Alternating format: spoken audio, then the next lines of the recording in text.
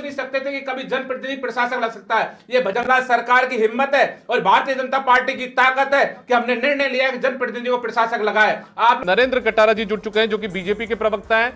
कि आप बता दीजिए दोहरी नीति क्यों भाई? जो शहरी निकाय के जनप्रतिनिधि है उनको तो आपने नहीं बनाया, और जो आपके पड़ोस में बैठे हुए रफीक पठान जी, इनको आपने सहूलियत दे दी, इनको प्रशासक बना दिया। दीपक जी, पहले तो मैं अभिनंदन करता हूं कि आपने ऐसे विषय पर यहाँ डिबेट रखी है। और मैं अपने गोविंद जी का जवाब देने से पहले इस जो हमने निर्णय लिया है उसकी 4 चीजें मैं आपको बताना चाहता हूं कि यशस्वी प्रधानमंत्री जी चाहते हैं कि 1 नेशन 1 इलेक्शन हो, और देश की जनता भी यही चाहती है। और आदरणीय मुख्यमंत्री जी ने एक कदम आगे बढ़ते हुए 1 स्टेट 1 इलेक्शन, सीधा 1 नेशन 1 इलेक्शन को ताकत देने का काम किया है। और आप बात सुनिए, हमने जनप्रतिनिधि को प्रशासक लगाया क्योंकि भारतीय जनता पार्टी जनता में विश्वास करती है, लोकतंत्र में विश्वास करती है। हम चाहते हैं, भारतीय जनता पार्टी चाहती है, भजनलाल शर्मा जी चाहते हैं कि जनता से जुड़े हुए निर्णय जनप्रतिनिधि ले, और वहां के जो भी फैसले, और इसने सरपंचों ने भी स्वागत किया है, जनप्रतिनिधि स्वागत किया है, जनता ने भी स्वागत किया है।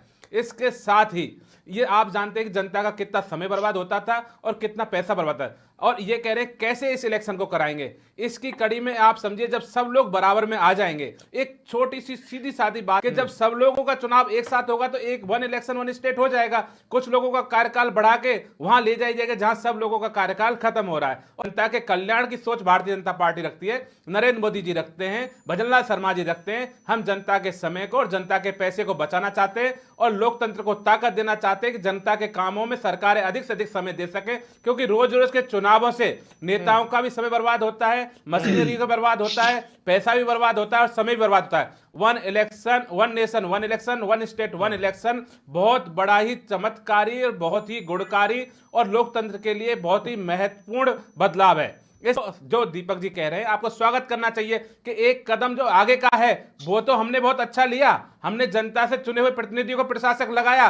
बात कर रहे हैं शहरी सरकार की, तो अभी निर्णय जो होते हैं उन निर्णयों में जो अच्छा होता है उस तरफ भारतीय जनता पार्टी की सरकार चलती है। हम कह रहे हैं शहरी निकाय हो या ग्रामीण हो, पंचायत हो, जो भी जनता के हित में होगा वो काम भारतीय जनता पार्टी करेगी। और पटेल जी, मुझे ये बता दीजिए, ये किस तरीके से गांधी जी की जो ग्रामीण विकास की अवधारणा है या भावना है उसको किस तरीके से गला घोट दिया सरकार ने?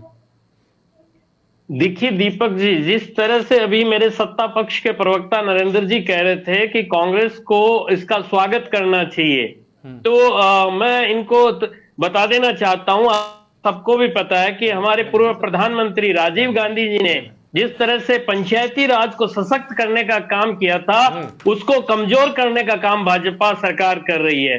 सवाल आपने उठाया नरेंद्र कटारा जी, आपने देखिए दोहरी नीति अपनाई है आपने यहाँ पर। ये साफ तौर पर कांग्रेस पार्टी का आरोप है। आपने रफीक जी को तो मजबूत कर दिया, ये सरपंच है, इनका कार्यकाल आज समाप्त हो गया और इनको मजबूत कर दिया आपने, लेकिन जो शहरी निकायों में बैठे हुए लोग थे जिनका कार्यकाल पूरा हो चुका उनको कमजोर कर दिया आप लोगों ने। तो गोविंद जी क्या चाहते हैं, मतलब सरपंचों के खिलाफ है या शहरी निकायों में जो काम हुआ है उसके खिलाफ है? पहली बात तो ये चाहते हैं। दूसरी बात मैं आगे आता हूं इसमें। दीपक जी, आपको बताना चाहता हूं कि गांधी जी के सपनों का गला तो सबसे ज्यादा कांग्रेस ने घोटा है। आप देखिए, गांधी जी की सबसे पहला स्वतंत्र होते ही देश को स्वतंत्र से पहला सपना था, पहली सोच थी कि कांग्रेस को खत्म कर देना चाहिए। क्या कांग्रेस खत्म हुई? जबकि गांधी जी का मन था कि कांग्रेस खत्म होनी चाहिए। इसके साथ ही गांधी जी चाहते थे कि देश का बंटवारा ना हो। नेहरू, गोविंद जी आपका नाम बड़ा प्यारा है। गोविंद जी शालीनता बनाए रखे, नाम बड़ा प्यारा है आपका। जानकारी नहीं है, ये जिस तरह का बयान दे रहे हैं वो गलत है। गोविंद जी सुनिए, जो सवाल पूछा गया, धैर्य रखिए। तो उन्होंने, गांधी जी ने कहा था कि नेहरू जी अगर अपने प्रधानमंत्री पद का लालच छोड़ते तो इस देश का बंटवारा ना हो। इसके साथ ही इनके राजीव गांधी जो कहते हैं पंचायती राज की बात करते हैं, वो खुद कहते हैं कि 100 पैसे भेजता हूं, 15 पैसे भी नहीं पहुंचते। इससे बड़ी विडंबना क्या होगी? इस पंचायती राज कल्याण के साथ धोखा इससे बड़ा क्या हो सकता है? और जब ये पंचायती राज में, मैं तो कह रहा हूं, पूरे देश के लोकतंत्र का गला किसी घोटा तो वो इंदिरा गांधी थी, जिन्होंने आपातकाल लगाकर इस लोकतंत्र का गला ही घोट दिया। इसके साथ ही मैं आ रहा हूं, जैसे कि मेरे सरपंच साहब ने बताया कि सचिन और गहलोत की लड़ाई ने बाकी में यहाँ के सरपंचों को, यहाँ की पंचायतों को बेहाल कर दिया था। मैं गोविंद जी की बात पे आ रहा हूं। गोविंद जी, भारतीय जनता पार्टी, नरेंद्र जी, आप जिस भारतीय जनता पार्टी मुद्दे पे बात हो रही है उस मुद्दे मुद्दे पे पहला जवाब निर्णय लिया है दीजिए, कि जनप्रतिनिधियों आप को मुद्दे को प्रशासक मत बनाएं। भटकाइए। आपको इसका स्वागत करना चाहिए कि हमने हिम्मत जुटाई है। ये ब्यूरोक्रेट्स, ये नौकरशाह, ये लोग सोच नहीं सकते थे कि कभी जनप्रतिनिधि प्रशासक लग सकता है। ये भजनलाल सरकार की हिम्मत है और भारतीय जनता पार्टी की ताकत है कि हमने निर्णय लिया है कि जनप्रतिनिधियों को प्रशासक लगाए। आप लोग निर्णय ले सकते हैं क्योंकि आप में हिम्मत नहीं है। आप ब्यूरोक्रेट्स के हिसाब से चलने वाले लोग थे और उनके पीछे पीछे चलने वाले थे। हमने पहली बार निर्णय लेकर जनता को बता दिया है कि आपका प्रतिनिधित्व चाहे प्रशासक के रूप में हो चाहे कैसे भी हो, आपका जनप्रतिनिधि ठीक है। करेगा, जनता से चुना हुआ प्रतिनिधि ही करेगा। ठीक।